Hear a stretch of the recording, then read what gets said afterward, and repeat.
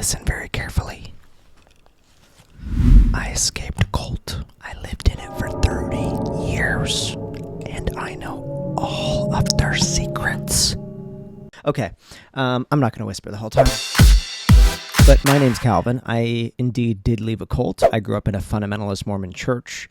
I have one dad, 4 moms, and 44 brothers and sisters, 13 grandmothers just on my dad's side. And if this is your first time seeing me, I have been on Jubilee in their episode, Do All Ex-Cult Members Think the Same? I've been in Anthony Padilla's I Spent a Day with an Ex-Cult Member.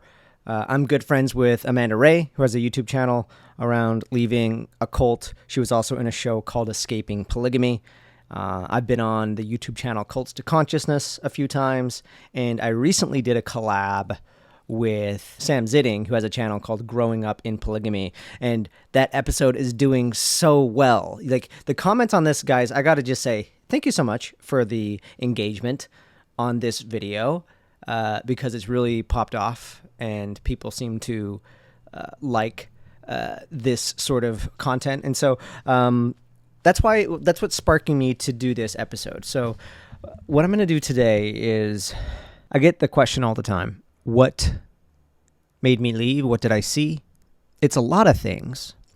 And honestly, after talking to several people that have left cults, it's really fun because we compare and contrast the elements that are used.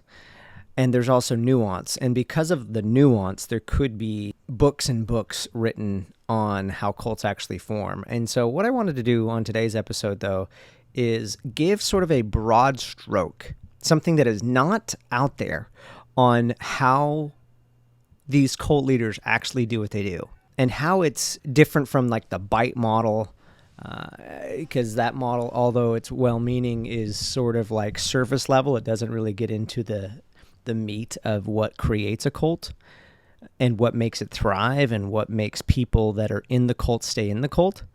So that's what I want to get into today. This episode, by the way, there's going to be... Who's this episode for?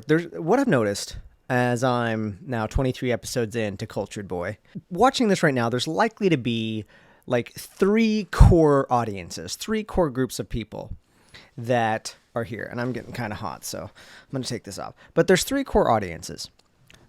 One group are going to be what I call ex-Mos. Ex-Mos, for the other groups that don't know, are ex-Mormons. So ex-Mormons could be ex-LDS, which is the main Mormon church, or ex-Fundamentalist Mormons. That's going to be a particular group on this channel. And for you ex-Mos, for you ex-Mormons watching this episode, I think what this episode is going to be quite helpful, because when I've had conversations with other ex-Mormons and I give my experience, the reaction I get is, oh, you just named something that I felt but didn't quite have a name for it or have an explanation for what it was.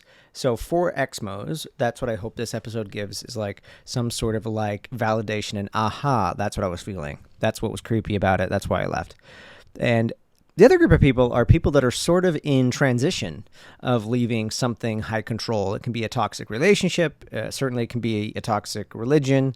And those sort of people, I'm noticing them poke around in my channel, and they're sort of just seeing and trying to learn, like, is the thing I'm in culty? Am I in a cult? And how can I know if it's a cult? And for you, especially at the very end, at the end of this episode, I want to give what I think is the single best thing, maybe even the only thing, that can safeguard someone, from my understanding, against getting swallowed up in a cult. And then the third group of people watching this are people that are curious, cult curious. They study other cults and they want to make sure could never fall into one. And for you, I want to give context as to how deep this can go from an inside-out perspective, because so much of the cult analysis are from people on the outside saying, this is what it is, and stuff like that. And I feel like there is so much missed because they're not discussing it from within. And so I hope to give, for you, a deeper look than you normally see watching a cult documentary. And if you haven't yet, please like and subscribe and comment throughout. I want to interact with you. By the way, in fact, first thing, are you in group 1? If you are, drop a 1 in the comments. Are you in group 2? So group 1 is Exmo. Are you an Exmo? Are you an ex-Mormon of some kind, fundamentalist or regular? Drop a 1 in the comments. Are you in transition of some kind, of some high control thing, whether it's a relationship or something structurally like a religion? Drop a 2 in the comments. Are you just cult curious? If so, I want to know. Drop a 3 in the comments below. So let's get into it. For today's discussion, we're going to talk about 2 cult leaders, Warren Jeffs and Joseph Smith. 2 false prophets. And at the very end, I'll also do a world leader that's probably going to ruffle some feathers, but I think it's worth, at least at the very bare minimum, being aware of some of the things that, as somebody that grew up in a cult, I'm like, yo, that looks a little bit too culty. Gotta keep a close eye on that. But yeah, let's talk about this. So I got my water here. If I get thirsty, I'm gonna sip a couple of times. Okay. A lot of people know who Warren Jeffs is. Warren Jeffs is in jail for life for underage marriages. And he's one of the most infamous cult leaders. And people wonder, how the heck did this guy, if you've listened to this guy talk, there's going to be other episodes I'm going to do where I actually get into his speech style. You're like, how does this guy have this much control? And I'm going to get into it. I'm going to share a story actually in just a second that is sort of sad. I just bumped into somebody that is still a follower of Warren, even after he's been in jail forever. But I also want to make this connection to Joseph Smith. Now, if there are any active members of the church, of the Mormon church watching this, they did not like that connection that I just made.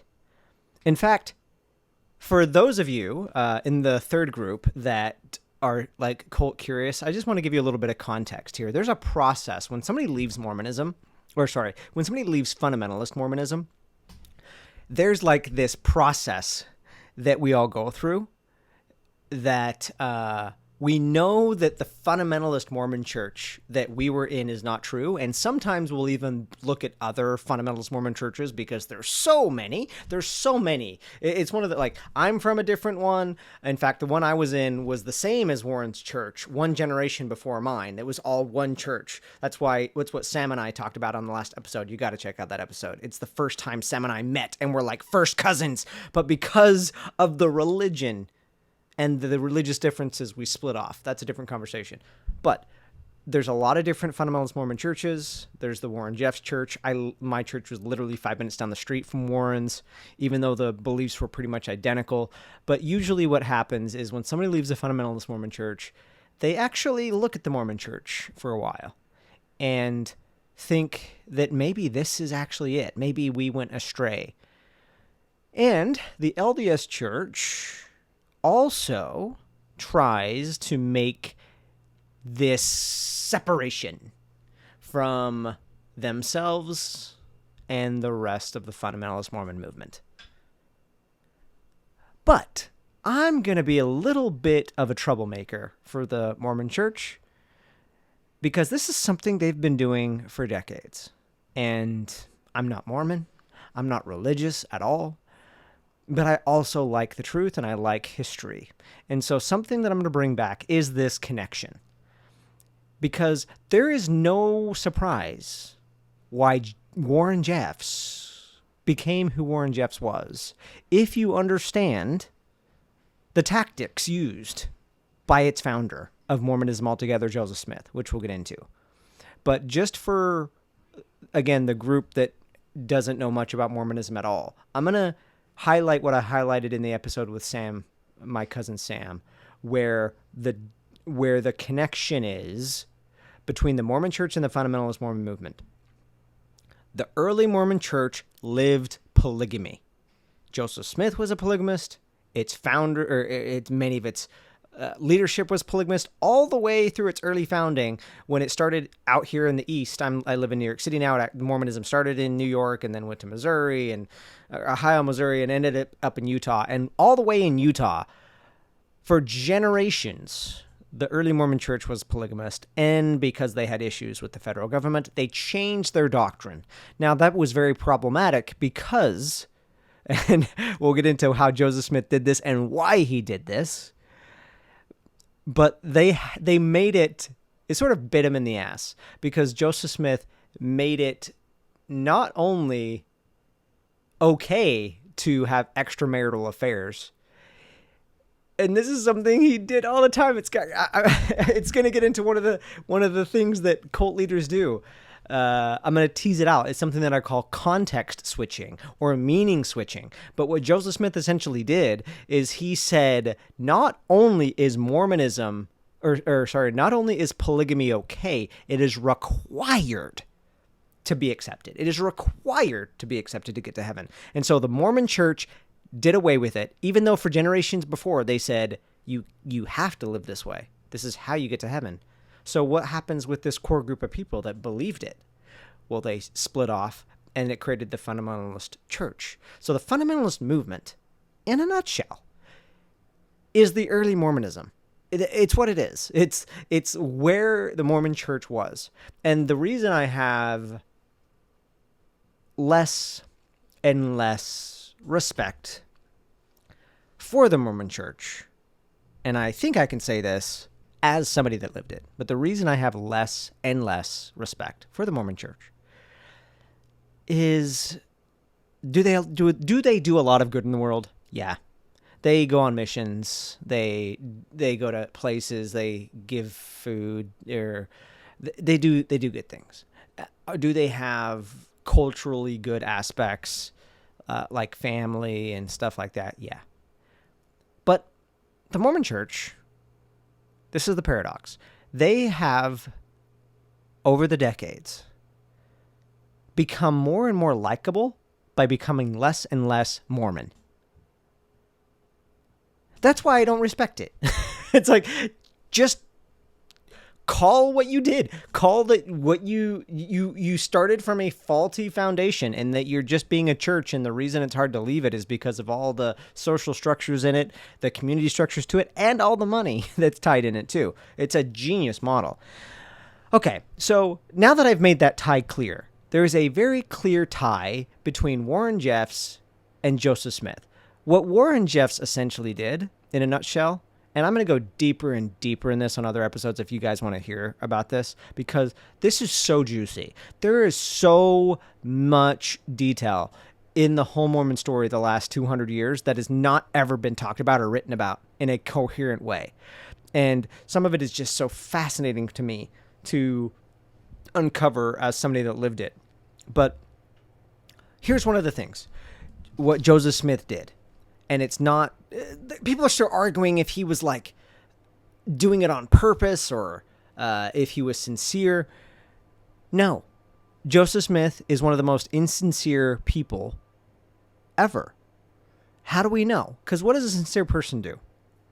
A sincere person, call them delusional, call them a religious fanatic.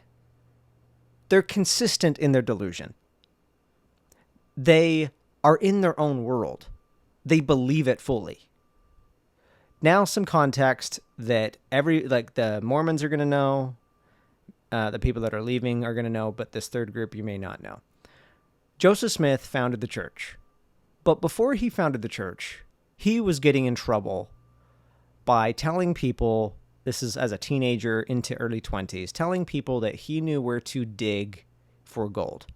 And this is going to tie to the first major thing that cult leaders do, and I think even some world leaders do. And certainly it's what Joseph Smith did and what Warren Jeffs did. But what he did is he would promise that he could help farmers and people that didn't have a whole lot of money, tell them where there was treasure.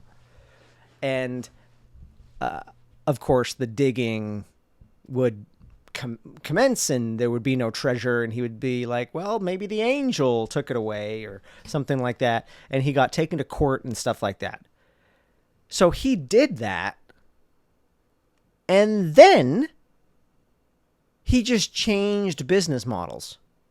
And the business model went from I'm a gold digger to I'm a prophet. So in order for the sticky thing that a cult leader does to actually hold, again, there's a very specific thing that they do that I'm going to call context switching or meaning switching, and I'll go deeper into what that is. But for it to work, the first thing you got to have is a narrative. So you have this overarching narrative that has to be there first. And the overarching narrative for Joseph Smith is, I am a prophet.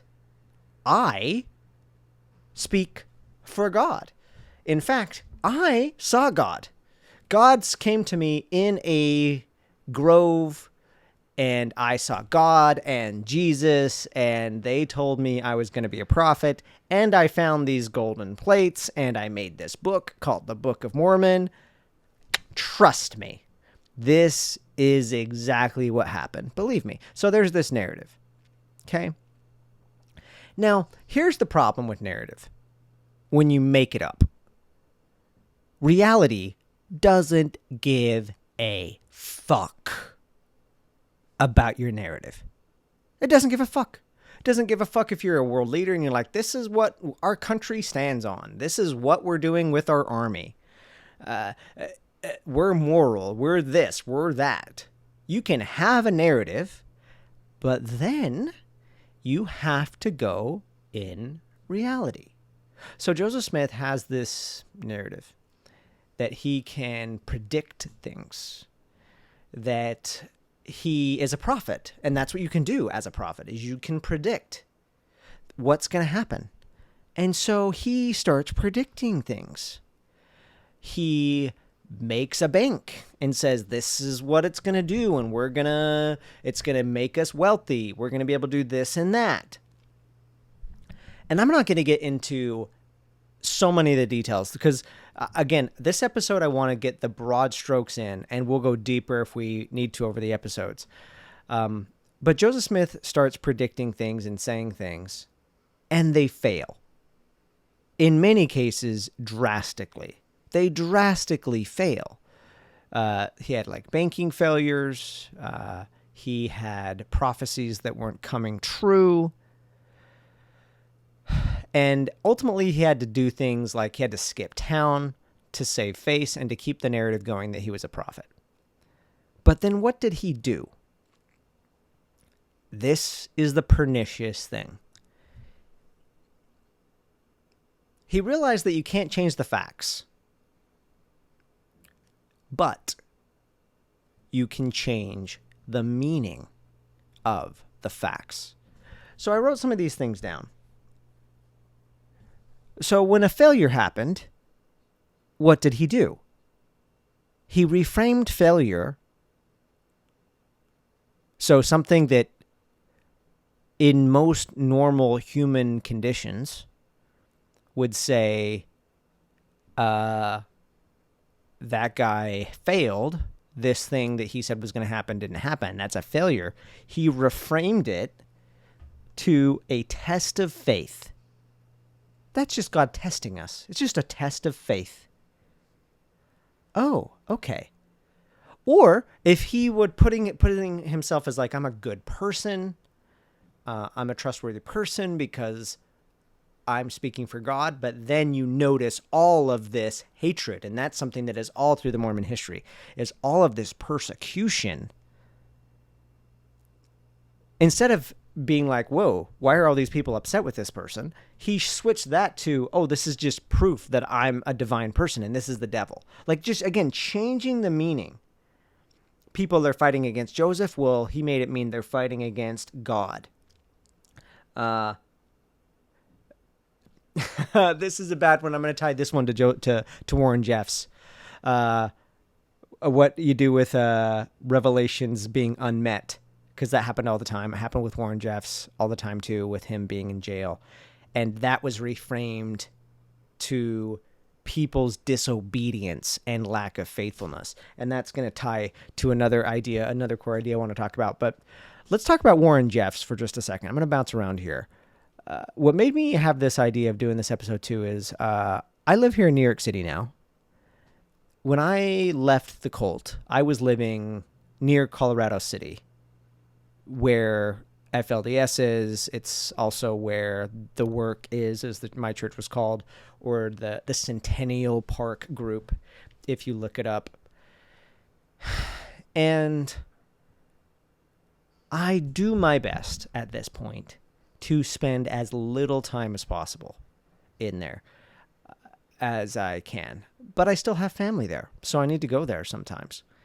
And I usually do good if I pop in a day or two. But if I'm there for like 3 days, 4 days, it's really strange. I start to feel it. I start to really feel it. It isn't good on my psyche. And I was just there. When was this? Like less than a week ago. I was there for 4 days. I went to Colorado City. I drove around. And one of the nights, I was hanging out with my sister. We went to this park called Cottonwood Park. And this woman, comes and starts swinging on the same swing set that my sister and I were on. And the thing that was interesting is she was still very in the church because of the dress she was wearing, the way her hair was combed. But something that was fascinating, because this just doesn't happen very much in my entire upbringing, is she started talking to us. I'm not going to say her name, but the thing that was fascinating and sad at the same time is she still very much believed that Warren was the prophet. And it was so fascinating to get to some of the beliefs that she still had. One of the beliefs was that he was in jail essentially for nothing, that he had been in jail or he served all of the things that he did. Like, he's not a perfect man maybe, but he served it all in 6 months, but he's still there. She also believed that she had, this almost made my sister laugh. She had to hold herself from laughing because those of us that have been out, and my sister, who I was hanging out with, is also out, but she still lives in that area. It's very clear to us and to the outside world who this guy is, who Warren Jeffs is. But she's talking about him like she reveres him, and she was like, what's so interesting is how it's so much like Jesus, where he's being persecuted for our sins, and then that time in prison when he died. She told up this whole story that I checked later, did not see anything of credible on the news about this. But she said, yeah, he died in prison and then came back to life. And again, I'm going to go deeper as to how somebody can believe this, how I believed it, especially when the things start to really bend, like passes most of the sniff or does not pass most of the sniff tests, but it gets pretty wild how it can happen. And then probably the more sad part is she was like, if we were good enough, maybe he'll get to be released.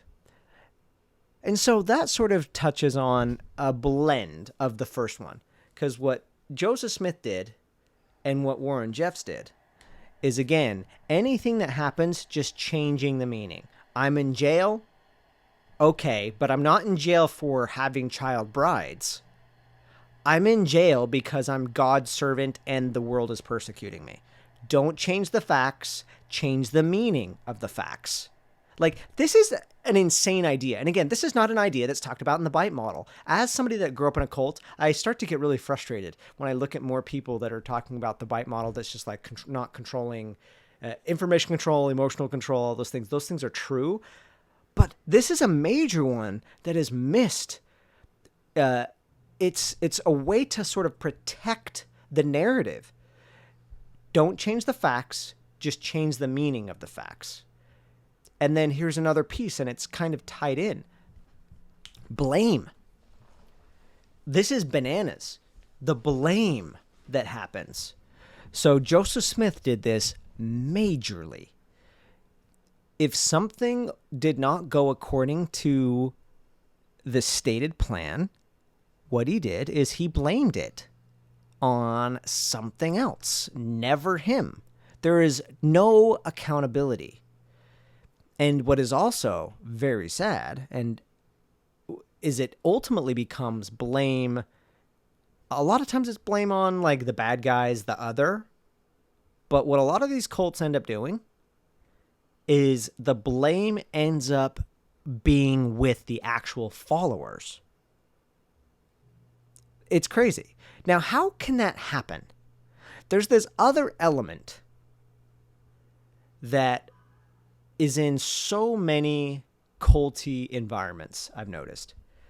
And it's what happens with any sort of dissent. So I'm going to talk about dissent because this is one of the biggest reasons cults persist. It's why Mormonism created its walled garden that makes you want to be part of the special club. It plays on such intense human emotions. And then while I'm thinking about it, I'm going to just say this out loud. I also want to talk about how Joseph Smith created polygamy and how it's tied to some of the things we're talking about. But what would happen in Joseph Smith's day when somebody dissented? Well, it was a blend of two things. It was a blend of what I just said with the context switch. Don't change the fact, just change the meaning of the fact. And then pile on a tremendous amount of shame. So somebody leaves. They didn't just leave. That's nothing against Joseph Smith or against Warren Jeffs. Oh, no. It is against God. But it's worse than that. It's against the person's soul. The person is fighting against God. So what you're doing is you're finding the most vulnerable part of a person, their greatest hopes or their biggest fears, and you're piling shame on that. So what Joseph Smith would end up doing when people went against him, he didn't just say that they left. He had all of this preaching on what it meant to be an apostate.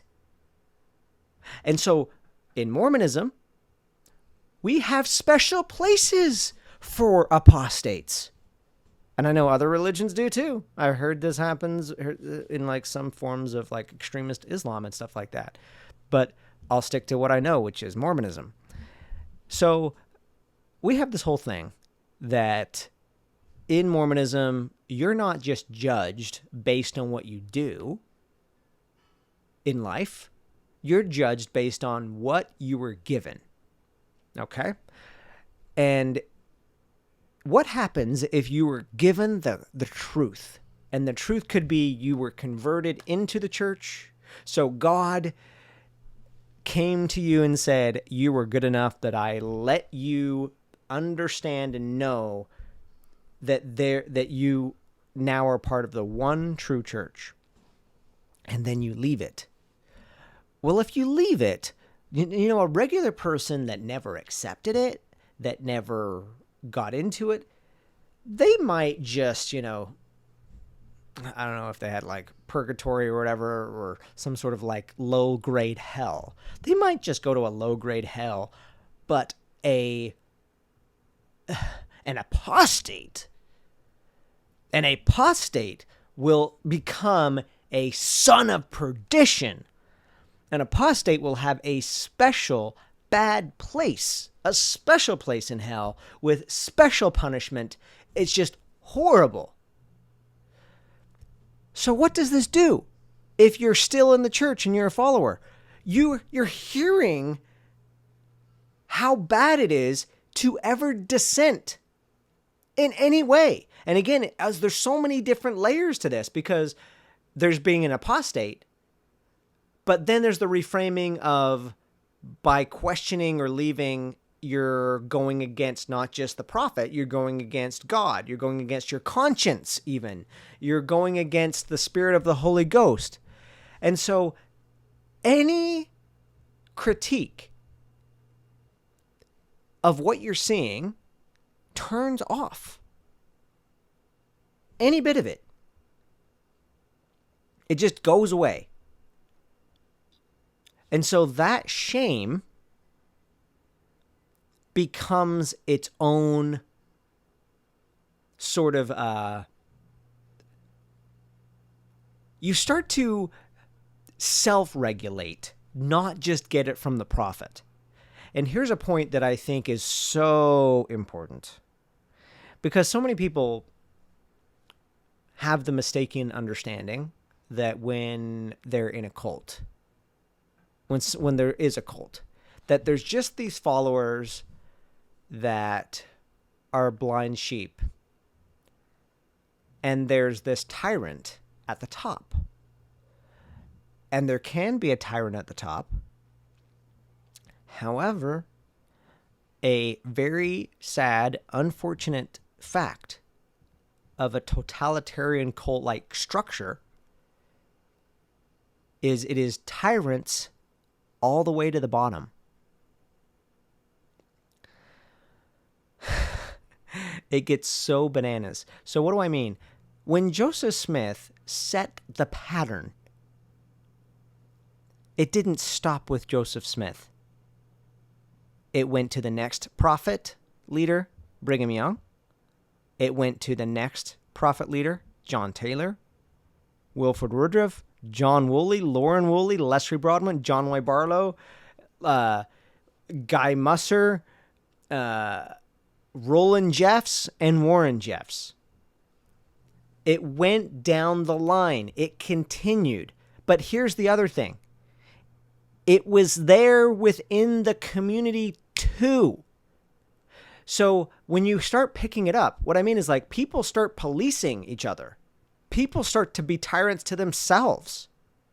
So when you have shame, you're doing it to yourself. First of all, you're self-censoring. But then you have other people censoring you too.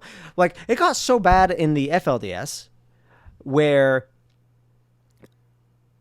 literally families would spy on each other. Like, this is 1984 shit. Like, in real life, where people would actually,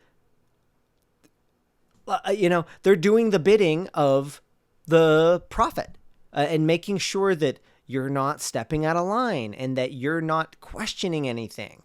And here's the other thing too. Like, it gets so dark by the time Warren Jeffs comes around, that it's not only, it's more than control. It is control, but it's so, the only way I know how to describe it is it's just really ugly, because everybody's involved. And the other thing I'm looking for besides control is the fear that ends up coming out of it. And the fear is what makes people start policing each other. So in Mormonism, family is everything. The LDS Church does a pretty good job of maintaining that as like a beautiful thing. But there's some aspects of it that aren't beautiful. Like, they basically scare you into the family thing by being like, if you don't become a Mormon, this is something they ultimately say, is if you don't become a Mormon and if you don't have certain ordinances, you're going to have your family split up after this life. Now, that's also kind of funny to me, because people are like, it's kind of like selling something that you didn't know that you needed. I don't know. It's like insurance or something. It's like, I didn't even know that I wasn't. I mean, are we going to be alive after this life? Like, I mean, nobody knows for sure, but it's basically like, if you don't become a Mormon and you don't get sealed together as a family, then you're not going to be with your family ever again. And so you're using that fear to comply. And by the time it gets to Warren Jeffs, there's this fear within the family that if somebody becomes an apostate, so you can't just not be an apostate yourself, but if you associate with an apostate, then you're risking your very soul. And just as a side note, that is also how it is in my church that I was from to this day as well, which is, again, just a break off of the Fundamentalist Mormon Church, the FLDS. Like the exact quote of the current leader of my church, John Timpson. I have a recording of him that somebody sent me in church being like, for you to even sit in the presence of an anti-priesthood speaker is risking your very soul.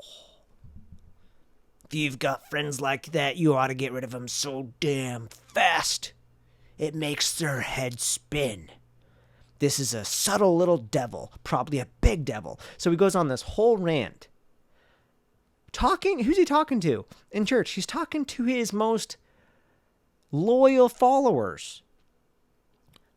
And so he's telling the most loyal followers that they couldn't even be friends with somebody that isn't in the church.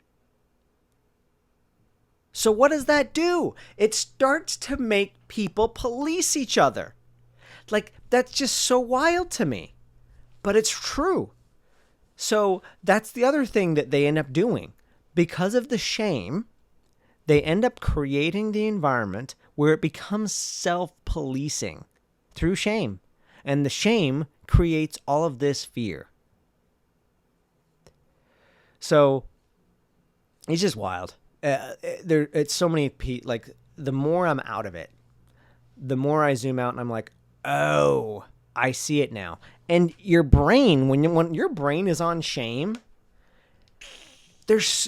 you don't want to see anything, because if you're wrong, you feel like you're risking something. You feel like you're risking your livelihood, even your very soul. And in some ways you are. Like, you're definitely risking.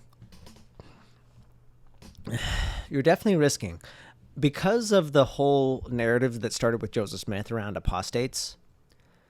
Because again, and he sort of had to. He had to make this narrative to protect. He had to do this context switch to protect his prophet status, because he had to make this real clear separation between him and people that have left. Because in Joseph Smith's time, just like any scammer, it can sound good at the very beginning, but ultimately it becomes confronted with reality. And there are so many people in Joseph Smith's life that eventually found out that this guy was a fraud. And so what do you do when you find out that somebody's a fraud? Well, you either confront them, you leave, or you try to make so other people don't fall into the fraud. And so what does he do? Again, switches the meaning. Doesn't say they're wrong, stuff like that. He ends up making them sound like such a bad person, that they're apostates, that they're fighting against God, leaving town in a lot of cases to keep it, to keep the image. And it's just bananas to me how it lasted so long. And I think something that's also interesting is, and again, for people that are in the third group that have never been Mormon, it might come to a surprise that even fundamentalist Mormons that leave, sometimes they still walk very carefully when it comes to talking about Joseph Smith. And it just shows you how deep it has gone that is the case. The fact that it's even debated who this guy is, who Joseph Smith is, if he was a good person or not. The debate right now that's been around is like, is it true or is it not true? It's so much deeper than that. This guy, again, clearly knew what he was doing. Because, and how do you know? Because a sincere person doesn't shift like this. Joseph Smith clearly shifted the narrative on so many things. So he cared very much about the perception, because you don't change the thing if you don't care about the perception. And so how did Warren Jeffs do that? Well, he just continued literally the exact same pattern. Now, I want to give some other details here now that we're for the second half of this video. I want to give some details for people that are watching that may not know what maybe regular Mormons, and also certainly the third group that don't know. And because that's the other thing too that blows my brain, is the Mormon Church has been on this sort of campaign for years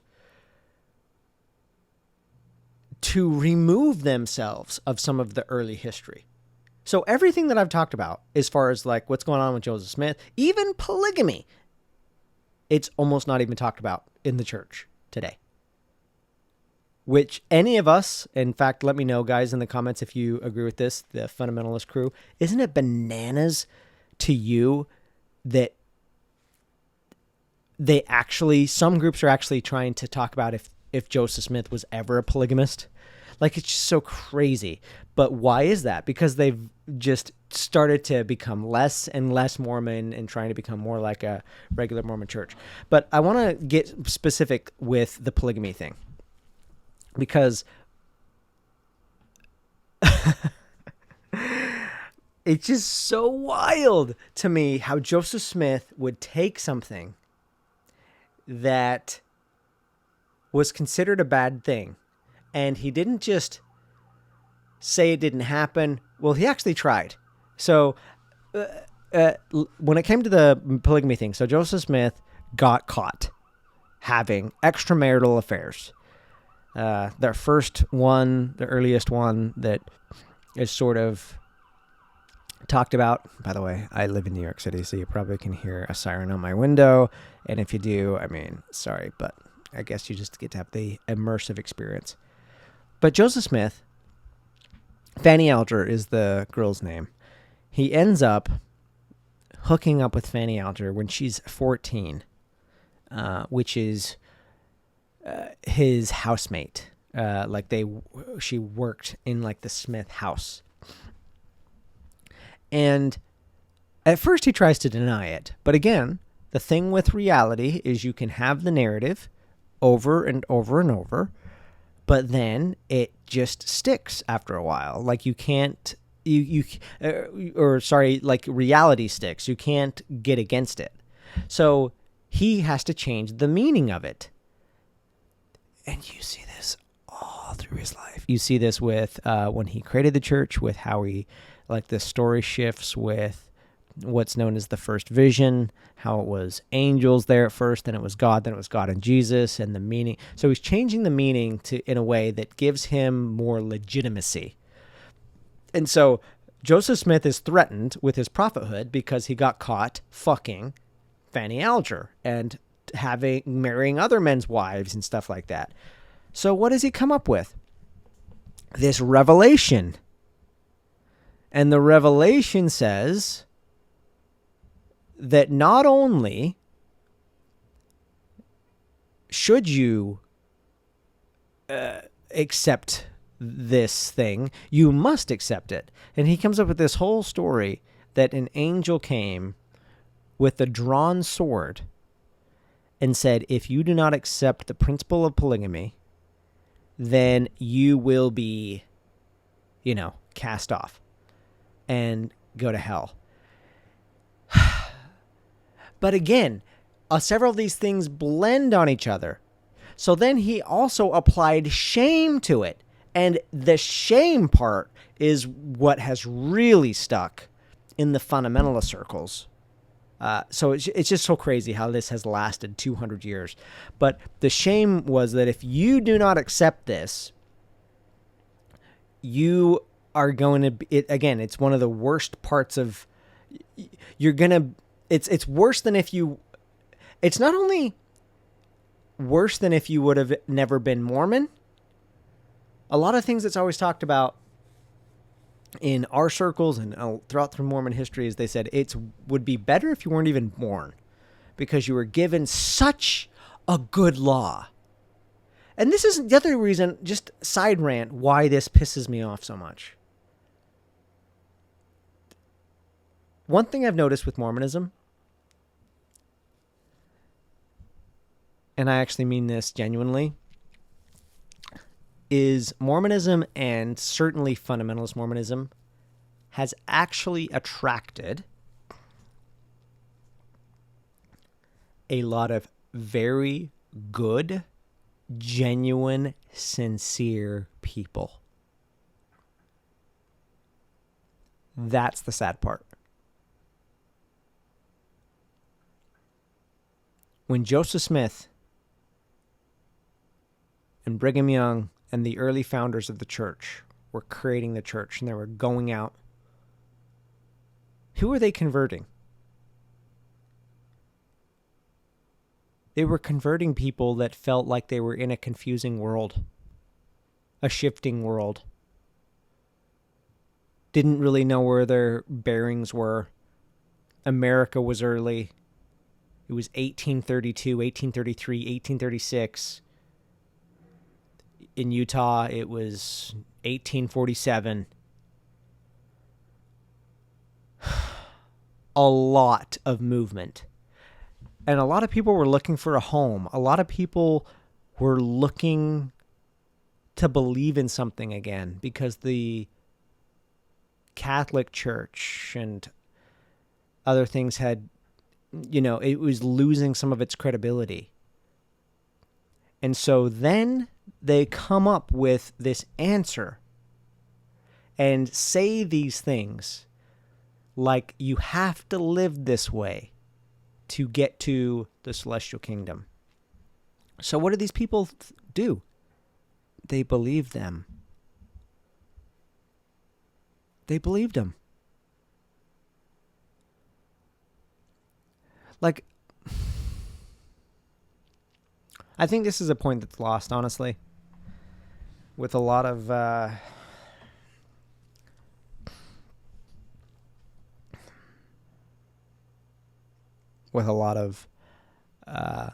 post-Mormon, post-religious conversation, particularly in the Mormon circles. I don't know what it's like in a lot of other Christian churches, but I think the thing that bothers me the most, the more I've dug into this, is I know, knowing my dad, knowing even a lot of people still in the work, they're sincere. And they've been scammed. And the scam has really stuck. And why has the scam really stuck? Because of these other things, like shaming the dissent. Here's the other thing, too. One thing I forgot to mention when it comes to the shaming. Inventing new words, too. And putting so much meaning on it. So if you become somebody that dissents against Joseph Smith, you're an anti-Mormon. You're an anti-Mormon. And there's now this entire movement of what it means to be anti-Mormon. From the very founding of Mormonism.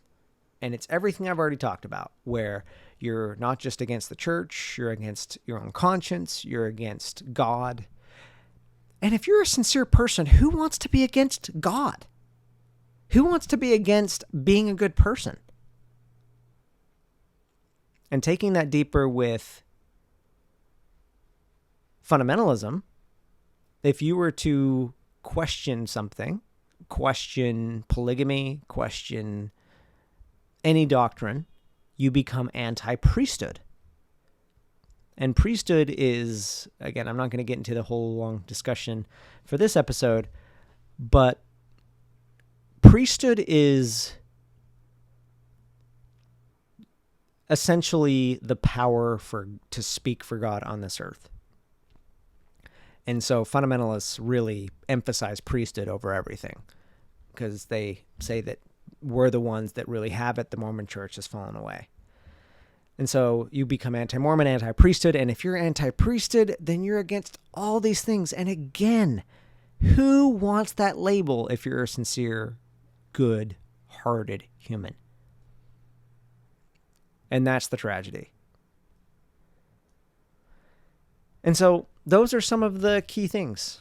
It's more than just controlling information, which they did. It's more than just saying you can only think or feel this way and controlling all those things. It had all those things too, but it's a lot deeper psychologically by changing the meanings of facts. Because what also starts to happen when you start changing the meanings of facts, and this is so subtle, you slowly start to distrust your own self. You sort of think, oh, I wouldn't have thought that. I'm a sincere person. I want to be good, but I wouldn't have interpreted that event that way. Therefore, I probably need to listen to my leader, my church. And so the fiasco that is Mormonism is a tangled ball of yarn of utter bullshit and complete beauty because of the sincere people in it. Like, that's the thing that makes it even work, is the people that just believe it and the community around it and the family around it.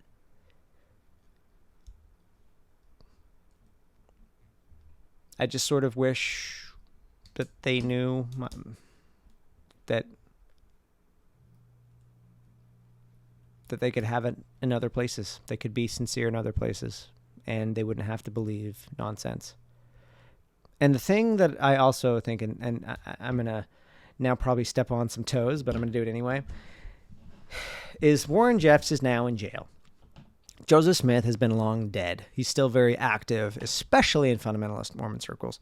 But the thing I am concerned with is the same types of tactics still being used in the world today. And I'm concerned that they are being used. As an ex-cult member, I think some of the people, like, certainly there are religious charlatans and stuff like that. But I think world leaders can use them too.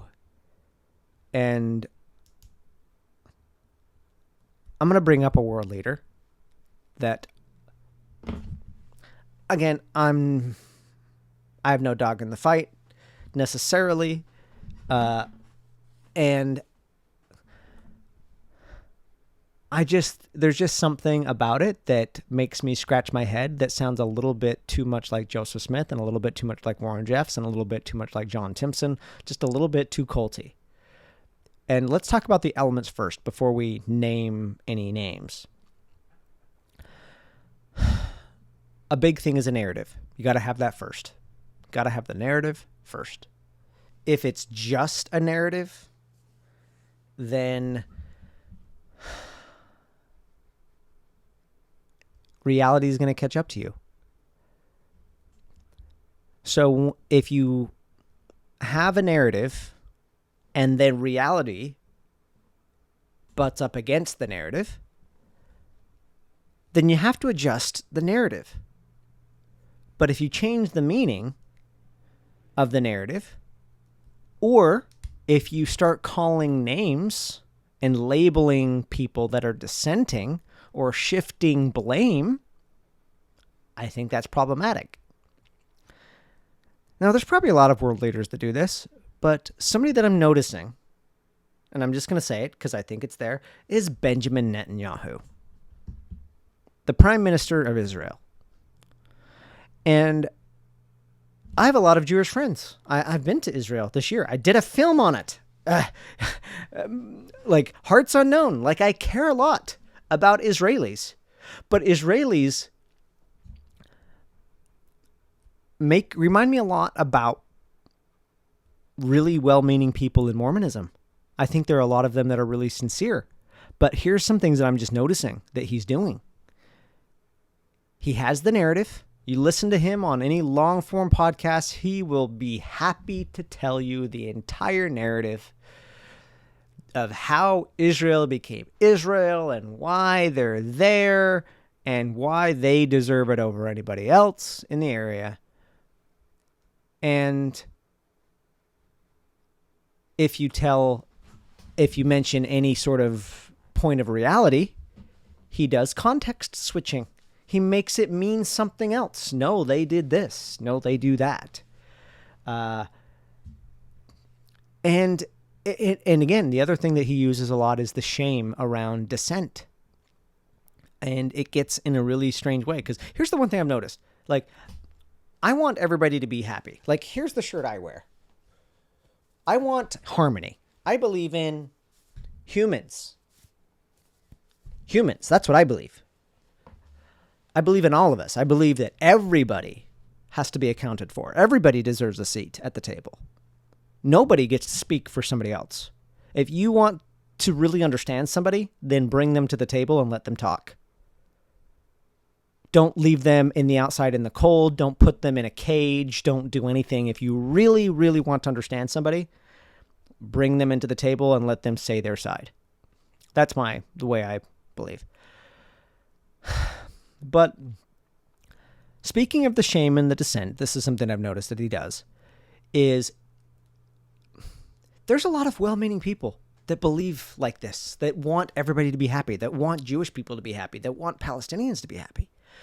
And if you do any sort of saying, yo, I think these guys sort of deserve better treatment. In fact, I'm for these people. I'm for Palestine. What he'll end up doing often is saying, you're for terrorists. You're not just against us. You're for the terrorists. Again, noticing the similar things, like not just shifting the context, but actually tying it to something greater.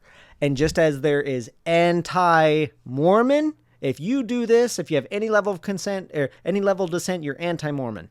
If you have any level of dissent in fundamentalist Mormon, you're anti-priesthood. If you have any level of dissent, you're anti-Semitic. So, I don't think this is good. And I think there's a lot of well-meaning people that are being caught up in it. And there's a lot of blame and shame. And I think even people within Israel, like there's people on the outside that are asking all the questions, but I think even people within Israel are being shamed. Now, you don't even have to agree with me on Netanyahu. The main thing I'm wanting to point out is that these tactics can still be used. And you could say, again, we can separate things out. Like, I'm not even saying that I'm not talking about policy. I'm not talking about the direction to go down. I'm just saying one man's point of view, somebody that grew up in a cult, that left a cult, looks at this guy and says, and I'm not Israeli, I'm not Palestinian, I'm an American. I'm like, this looks culty to me. And I'm happy to be proven wrong. I hope he's not. And here's how you can prove it. Start talking about shared reality. If we're talking about reality that can be shared, that everybody can agree on, and you're open to saying, you know what, I'm open to the truth, whatever it is, and we can agree on that, great. If you're open to any sort of criticism and not labeling it as something negative, I think that's also good. And I want to sort of get out of the political side of it now to just come back to the reason I wanted to do this episode. For anybody that's in anything that could be culty, and how to get out of it, and how to make sure that you don't get caught up in a cult. Because there's so many cult documentaries around cults, and like people are studying like how to do it and how to get out of it and stuff like that. But the thing I really, really want to emphasize is it's because it's blended with the culty stuff, but with the good stuff. Like, without a good group of sincere people, a cult cannot last. You can have the most evil, manipulative asshole in the world. If they don't have a good group of sincere people, I don't see it working. And you can do things to make those good people turn against themselves and start to turn against each others, like I've talked about with the shame, especially, that makes you start to police yourself and to police others. And creating these labels that you're like, I'm a good person. I don't want to fucking be considered a bad person. So you don't want to leave. You don't want to leave the magic of community and stuff like that. But here's the one safeguard. It's the only thing that I know of. It's the only thing that I think I started to do when I started to question years ago. And so in any capacity, this is going to apply in a relationship context, in a cult context, in a political context, any context. If you just want to protect yourself as an individual, to make sure that you don't fall into something culty. You don't have to psychoanalyze the person in charge. You don't have to know, you don't have to be an expert in the bite model. You don't even have to remember this episode in all these different pieces. This is it. It's quite simple. And it starts with you. You don't even have to tell anybody else, but it's state the obvious. That's it.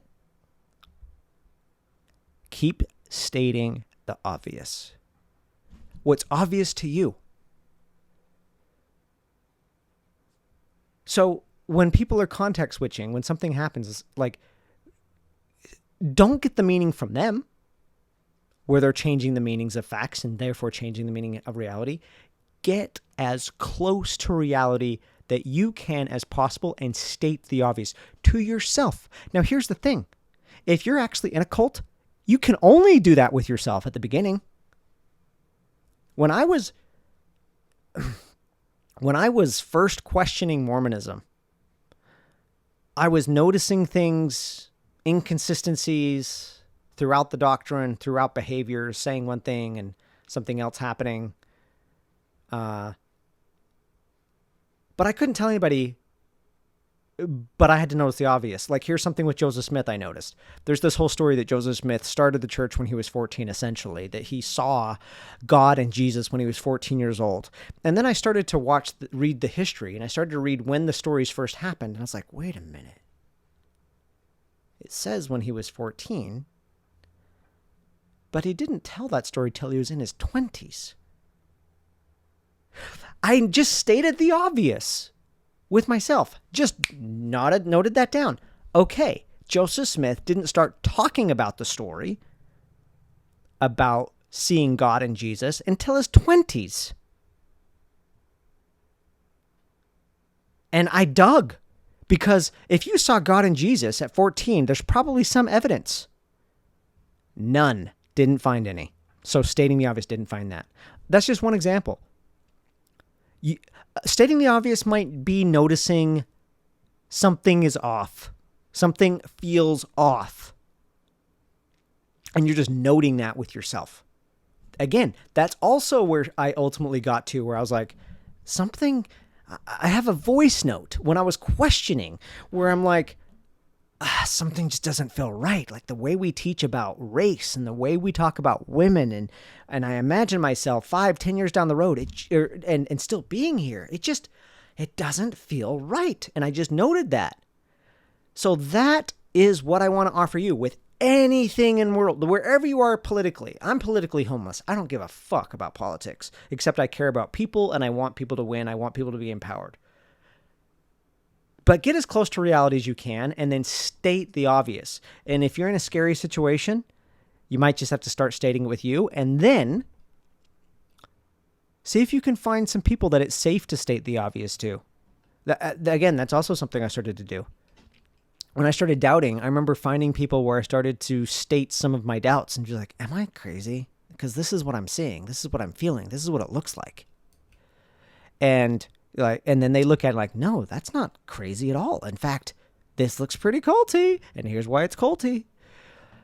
But again, I do like the real world example of something that is actually real and happening right now. Because you can listen to a world leader, take whatever side.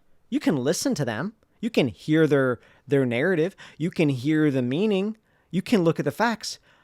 But what are you seeing? If you get as close to reality as possible, what are you seeing? What are you feeling?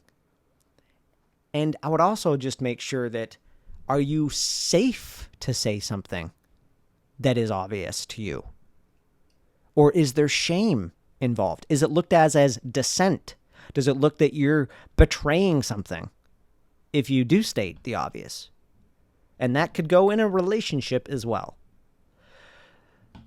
So that's how I'm going to wrap this episode. Again, these are some of just the things that I've noticed growing up in a cult, being around it, and being ridiculously curious about it and how it can persist and how it actually takes a group of sincere people, again, some of their goodness being ultimately used against them, that can make something like this last. And it's why one particular cult, the cult of Mormonism, has lasted in many different factions for over 200 years.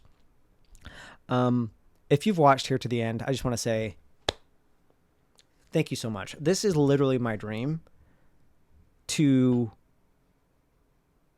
do what I'm doing. And a big part of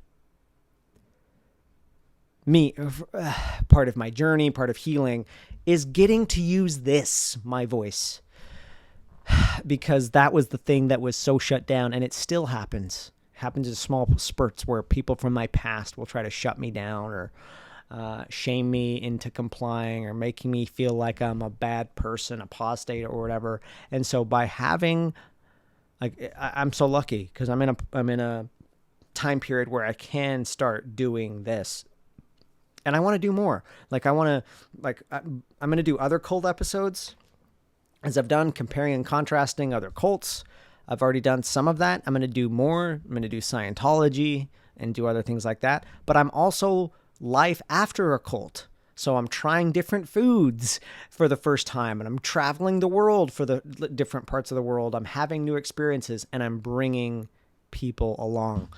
And so I want to keep doing it. And so it just means the world to me that I'm noticing this small group of people that keep coming back. So if you keep coming back, I just want to say thank you so much. I want to hear from you. I want to see what you're curious about. What was the most insightful thing in this? What is something I missed? If you've studied other cults, what's something that is a common through line that maybe I haven't talked about yet? It might be something that maybe I don't know anything about, or maybe I do know about it in a different angle. So anything in the comments below, I'm going to be reading every single one. I'll be responding back to you. And what else do you want to see more of? I mean, you don't have to do that part, because I know part of this is like, that's my job to know what to share. But if there is something that people want to hear more of, I'm all ears. So feel free to comment on that as well. And if you're brand new, if this was your first episode, welcome to the Cultured Crew. So happy to have you. Make sure you hit the subscribe button. And again, one thing I did last episode, and I would love to ask this for anybody that's watching, if you're here at the end, why do you watch? What about cults makes you curious? What makes you watch Cultured Boy? Just knowing anything like that just helps me see where people are, so that it can sort of shape the sorts of things that I'm putting out there, which this episode came from interactions that I've had with the Cultured Crew in the comments. So I'm going to wrap it there. Thank you guys so much for watching. Steve Jobs had a quote that he gave at a commencement speech that was, stay hungry and stay foolish. I want to say something similar to that on this episode to wrap up. Stay hungry, but stay curious. I think if you stay curious, you keep on leaning in, you state the obvious, you're going to keep learning stuff, but you're also going to keep yourself protected. That individuality of being able to state the obvious, I think, is what protects everyone, especially yourself. So thank you for watching, and I'll see you on the next episode. Peace.